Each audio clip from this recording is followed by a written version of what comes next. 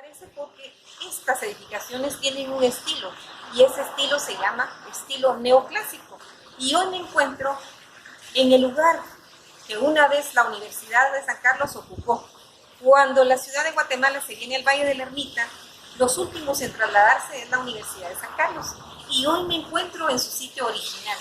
Por muchos años fue la universidad, luego fue la Facultad de Derecho y hoy es un museo, el Museo de la Universidad de San Carlos. Ahora me encuentro en el Salón Mayor del Museo de la Universidad de San Carlos. Aquí se celebraban las graduaciones. Vean qué lindo lugar.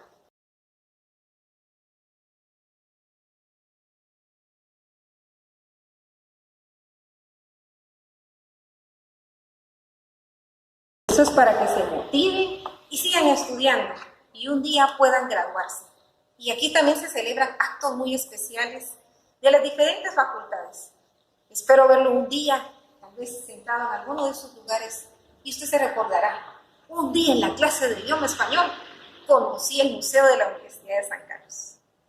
Y desde este bello lugar vamos a hacer el repaso de la semana pasada. Como se recordarán, mis queridos estudiantes, estuvimos trabajando lo que fue el área de gramática y vimos lo que son las oraciones pasivas y las oraciones activas. Vimos que las oraciones activas son aquellas que tienen voz gramatical y las oraciones pasivas son aquellas que están formadas por un verbo auxiliar y otro verbo, pero eso fue el área de gramática.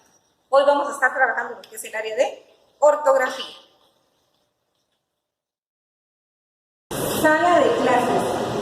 Imagínense cómo eran las clases en aquella época. Hablemos más o menos a principios del siglo XVIII. Estoy hablando más o menos 1800. Esta era un salón de clases. Aquí era donde recibían clases los universitarios, cuando la Universidad de San Carlos no era tan grande como es ahora. Vean un salón de clases, la sala de clases número 3, del tercer año. Y hoy desde esta puerta tan preciosa que daba la entrada a un salón de clases, yo les voy a dar la clase de ortografía. El tema que hoy vamos a trabajar son los signos de puntuación. Vamos a trabajar dos signos, la coma y el coma. Cuando nosotros tenemos que utilizar coma, hay ciertas condiciones. ¿Cuáles son? Primero, utilizamos coma cuando nosotros vamos a hacer una lista o vamos a enumerar. Por ejemplo, digamos que yo voy al mercado y digo voy a traer tomate, coma, manzana, coma, carne. Todos esos productos que yo he comprado están como en lista, como que los estoy enumerando. Si yo escribo esa expresión, esa debe ir dentro de comas. ¿Dónde encontramos este contenido? Vamos a encontrarlo en nuestro libro en la página 214 y la página 215 hacemos el ejercicio. Entonces básicamente nuestro tema va a estar desarrollado en la página 214.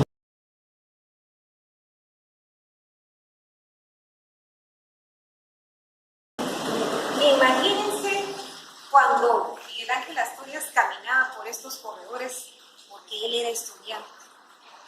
Hoy tengo el privilegio de caminar en esta que era su sala de estudios, la sala de estudios de nuestro premio Nobel.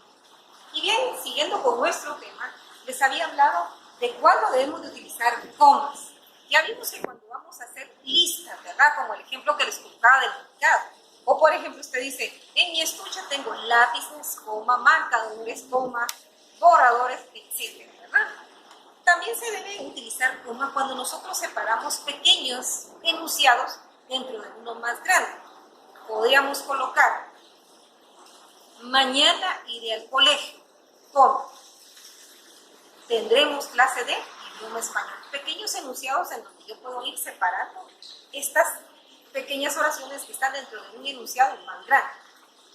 Y esa es otra regla para escribir o colocar coma. También se debe colocar coma en las expresiones. Por ejemplo, yo puedo decir, al fin, coma, llegó septiembre. Luis Alfredo, haz tu tarea. Por ejemplo, esas expresiones las debo de separar con una coma. Porque si al fin llegó septiembre, no tiene sentido. Al fin, un poquito despacio, me quedo calladita, llegó septiembre. O querido pongo, si yo digo querido, pongo el reloj. Como se oye muy bien, ¿no? Querido coma como el reloj a las 5, ¿verdad? Y esa es la regla de las expresiones. Otra regla para utilizar coma es cuando trabajamos con un vocativo. Por ejemplo, Mario, coma, tenemos que hablar. O me voy de viaje a Francia y hay una coma ahí y hablo con otro enunciado. A eso se le llama vocativo y ahí tenemos que colocar comas. También nuestro libro nos menciona que debemos de colocar coma en las aposiciones. ¿Y eso qué quiere decir? Que hay ciertas frases dentro de la oración, ¿ya? Por ejemplo, nos da aquí, Sebastián vino anoche de Italia. Entonces ese Sebastián, coma, vino anoche de Italia.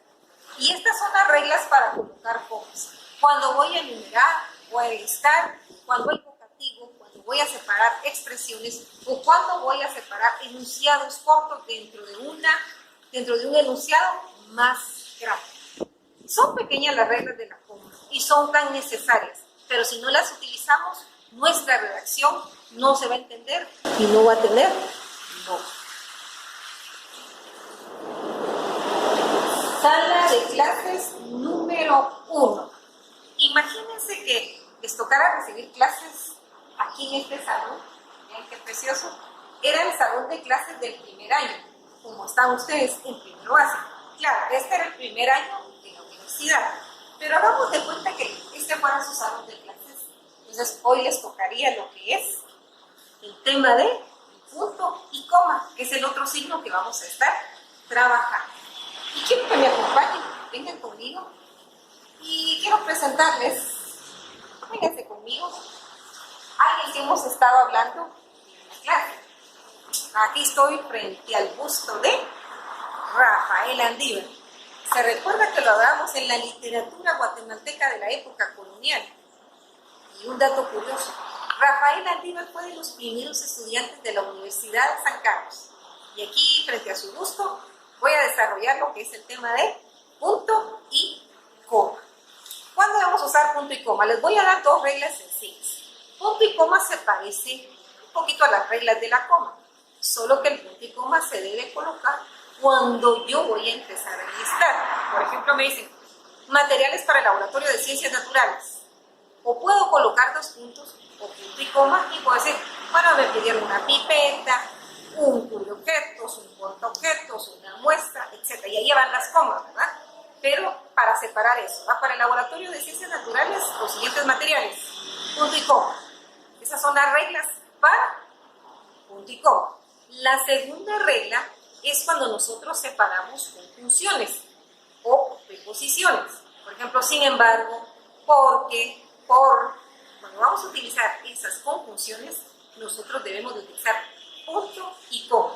Con estas reglas sencillas, y aquí junto al busto de Rafael Andívar, vimos el tema de ortografía, signos de puntuación, el uso de la coma y el uso del punto y coma.